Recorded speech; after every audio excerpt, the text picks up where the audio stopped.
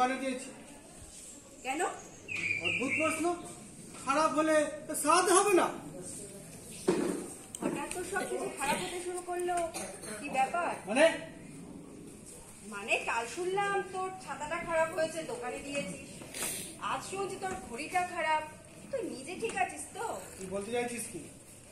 বলছি যে হারে তো সবকিছু খারাপ হতে শুরু করলো, আমার তো ভয় হচ্ছে। হঠাৎ কোন দিন না শুনি তুই নিজে খারাপ হয়ে দোকানে পড়ে আসিস। একদম ফালতু কথা বলবি না বলি। দিতে হয় দিবি, না হলে না করে দিবি। একদম টেরা কথা বলবি না। না দেবো না। দিস না। না দেবো না। আখুটের মতো সবকিছু খারাপ করবে, বলতে গেলে আবার মেজাজ দেখাবে। তোর মতো সবকিছু শোকেসে তুলে রাখলেই নষ্ট হয় না। তোকে কে বারণ করেছে? তুইও তো রাখতে পারিস।